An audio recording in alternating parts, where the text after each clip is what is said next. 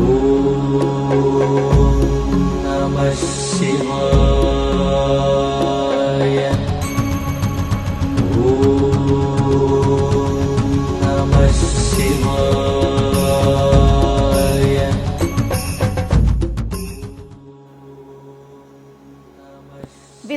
Visuals நேயர்கள் அனைவருக்கும் சுமதி ஸ்ரீயின் அன்பு வணக்கம். பாடல் பெற்ற தலங்கள் பகுதியில் இன்னைக்கு நாம சிவராத்திரிக்கு என்றே மிகவும் சிறப்பு பெற்ற திருவைக்காவூர் வில்வவனநாதர் திருக்கோவிலை பற்றி பார்க்க போகிறோம். சிவராத்திரிக்குன்னு சிறப்புக்குரிய கோவில்கள் நிறைய இருக்கு. அதுல குறிப்பிட்டு சொல்லக்கூடிய மிக மிக முக்கியமான கோவில் இந்த திருவைக்காவூர் வில்வவனநாதர் கோவில். அதென்ன வில்வவனநாதர்? ஊழிக்காலத்தில் இந்த உலகத்தில் உள்ள எல்லாமே அழிந்து போகும்போது நாமும் அழிந்து போய்விடுவோம் என்று நினைத்த வேதங்கள் சிவபெருமானிடம் வந்து நாங்கள் அழிந்து போகாமல் இருக்க ஒரு வழி சொல்லுங்கள் என்று கேட்டன. அவர் சொன்ன வழியை கேட்டு வேதங்கள் இந்த தலத்திற்கு வந்து வில்வ மரங்களாக மாறி தவம் செய்கின்றன. வில்வ மரங்கள் வனமாக இருக்கிற காரணத்தால் அந்த வில்வ வனத்தில் இருக்கக்கூடிய வேதங்கள் வழிபட்ட காரணத்தால் இங்கே இருக்கக்கூடிய சிவபெருமானுக்கு வில்வவனநாதர், வில்வவனேஸ்வரர் என்கிற திருநாமம் அமைந்தது. இந்த கோவிலுக்கு மிக முக்கியமான சிறப்பு என்ன அப்படின்னா, பொதுவாக சிவன் கோவில்களில் நந்தி யாரை பார்த்து இருப்பார்? சுவாமியை பார்த்து தான் இருப்பார். இதென்ன கேள்வி? நந்தினாவே நேராக சிவபெருமானை பார்த்து தானே இருப்பார். ஆனால் திருவைக்காவூர் வில்வவனநாதர் கோவிலில் நந்தி சுவாமியை பார்த்து இருக்க மாட்டார். சுவாமிக்கு முதுகு காட்டி வாசலை பார்த்து அமர்ந்திருப்பார். அந்த கோவிலில் எத்தனை நந்திகள் இருக்கோ, அம்பாள் சுவாமிக்கு முன்னாடி ஒரு நந்தி இருக்கும். இது மாதிரி திருவைக்காவூர் வில்வவனநாதர் கோவிலில் இருக்கிற நந்திகள் எல்லாமே வாசலை பார்த்து தான் இருக்கும். என்ன காரணம் தெரியுமா? கோவிலினுடைய தல புராணம் படிக்கும்போது நமக்கு பதில் கிடைக்கிறது. ஒரு வேடன் ஒரு மானை துரத்துகிறான். தவநிதி என்கிற முனிவர் திருவைக்காவூர் வில்வவனநாதர் திருத்தலத்தில் அமர்ந்து தியானம் செய்து கொண்டிருக்கிறார். இந்த மான் உயிரை காப்பாத்திக்க ஓடுது. கடைசியா கோவிலுக்குள்ள வருது. முனிவர் தவம் பண்ணிட்டு இருக்கிறார். அவர்கிட்ட வந்து என்னை காப்பாத்துங்க அப்படின்ற மாதிரி கெஞ்சுற மாதிரி நிக்குது. முனிவர் கண்ணை திறந்து பார்க்கிறார். பின்னாடியே வேடன் துரத்திட்டு வந்தவன் வந்துட்டான். வேடன் சொன்னா, அது என்னோட மான், நான் தான் துரத்திட்டு வந்தேன், விட்டுடுங்க. முனிவர் சொன்னாரு, இது ஏன் கிட்ட உயிர் பிச்சை கேட்டு வந்திருக்கு, என்னை காப்பாத்துங்கன்னு சொல்லுது, நான் இதை காப்பாற்றணும். இப்போ வேடன் முனிவரை பார்த்து சொன்னா, என்னோட மான்னு சொன்னதுக்கு அப்புறமும் நீங்க நான் அது உயிரை காப்பாற்றணும்னு சொல்றீங்க, இப்போ நான் அந்த மானை கொல்ல போறேன் பாருங்க அப்படின்னு அம்பை எடுத்தான். பக்தர்களுக்கு ஒரு துயரம் என்றால் உடனே ஓடி வருகிற சிவபெருமான் அவனுடைய ஆலயத்துக்குள் உயிர் பிச்சை கேட்டு ஓடி வந்த மானை காப்பாற்றுவதற்கு வராமல் போய்விடுவானா? சிவபெருமான் புலி உருவம் எடுத்தார். அந்த வேடனை துரத்தினார். வேடன் ஓடிக்கிட்டே இருக்கான். சிவபெருமான் புலி வடிவத்தில் துரத்தி கொண்டே போகிறார். இவன் உயிரை காப்பாத்திக்கிறதுக்காக என்ன பண்ணா, அங்க இருந்த ஒரு வில்வ மரத்து மேல ஏறிட்டான். கீழே சிவபெருமான் இருக்கிறார், புலி வடிவத்தில் இருக்கிறார். இவன் மரத்து மேல இருக்கிறான். இருட்ட ஆரம்பிக்குது, இரவு ஆரம்பிக்குது. இவனுக்கு தூக்கம் வருது. தூங்கி கீழே விழுந்துட்டா புலி நம்மளை சாப்பிடுமே, என்ன பண்றது அப்படின்னு யோசிச்சவன் தூக்கம் வராம இருக்கிறதுக்காக அந்த மரத்துல இருந்த இலையெல்லாம் பறிச்சு பறிச்சு கீழே போட்டான். அன்றைக்கு சிவராத்திரி. கீழே இருந்தது சிவபெருமான், அது வில்வ மரம். தூங்காமல் கண் விழித்து சிவராத்திரி அன்றைக்கு வில்வத்தை பறித்து சிவபெருமான் மேலே போட்டான் அந்த வேடன். அவனுக்கு சிவராத்திரினா என்னன்னு தெரியாது, வில்வ மரம்னா என்ன, அதனுடைய மகத்துவம் என்னன்றது தெரியாது, வந்திருக்கிறது சிவபெருமான்னு தெரியாது. அவன் உயிரை காப்பாத்திக்கிறதுக்காக அந்த காரியத்தை பண்ணனான். விடிஞ்சுது. காலையில் அவனுடைய ஆயுள் முடிகிறது. அவன் உயிரை எடுக்கிறதுக்காக யமதர்மன் வந்துட்டார். ஒருத்தரோட ஆயுள் முடிய போகுது அப்படின்னா அவர் எங்கே இருந்தாலும் யமன் கரெக்டாக வந்துடுவார் இல்லையா? அது மாதிரி யமதர்மன் வந்துட்டார்.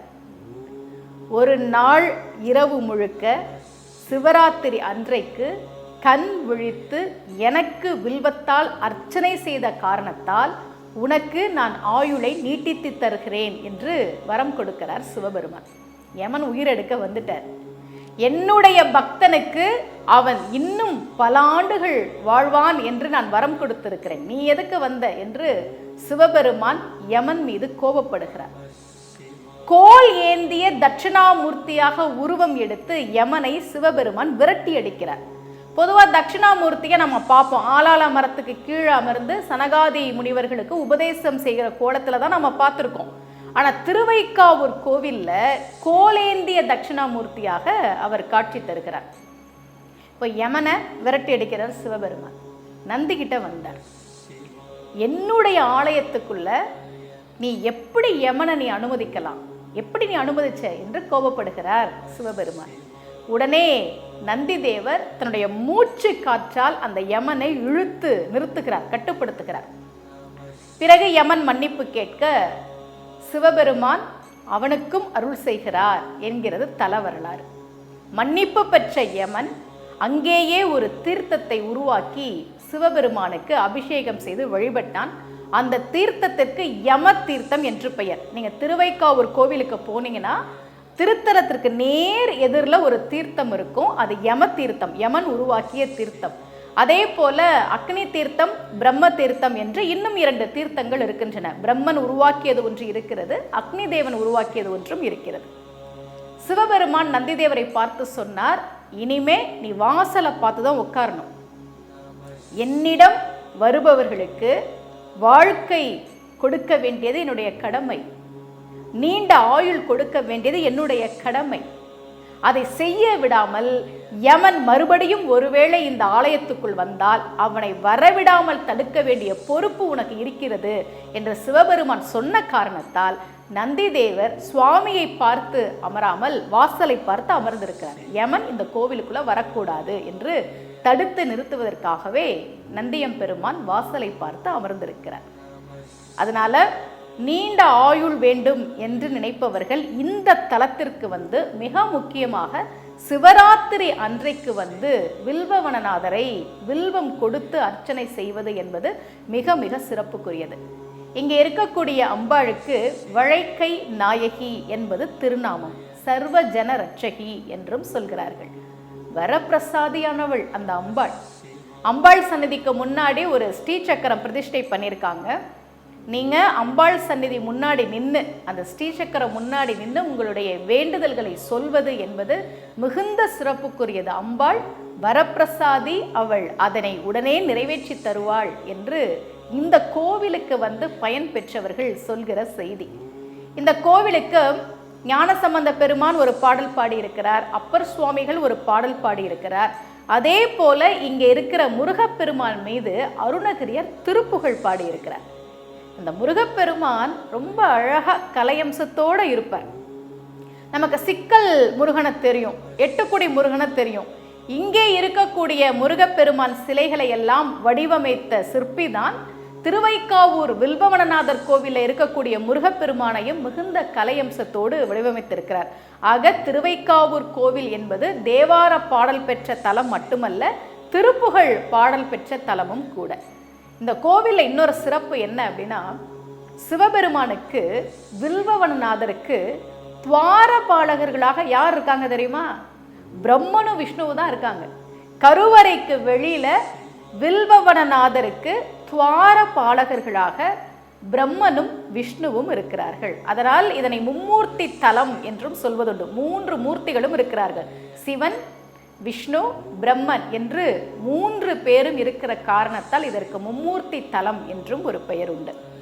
வாழ்க்கையில் நீண்ட ஆயுள் வேண்டும், நாங்கள் ரொம்ப போராடுறோம் என்று நினைப்பவர்கள், அல்லது தொழில் விருத்தி, வியாபார உயர்வு என்று என்னென்ன வேண்டுதல்கள் நமக்கு இருக்கிறதோ அதையெல்லாம் இங்கே இருக்கக்கூடிய வில்வவனநாதரிடம் வந்து முறையிட்டால் அவர் அந்த பிரச்சனைகளையெல்லாம் தீர்த்து நமக்கு நல்ல வாழ்வை கொடுப்பார் என்று தலபுராணம் சொல்கிறது, இந்த கோவிலுக்கு வந்து பயன்பெற்ற மக்களும் சொல்கிறார்கள்.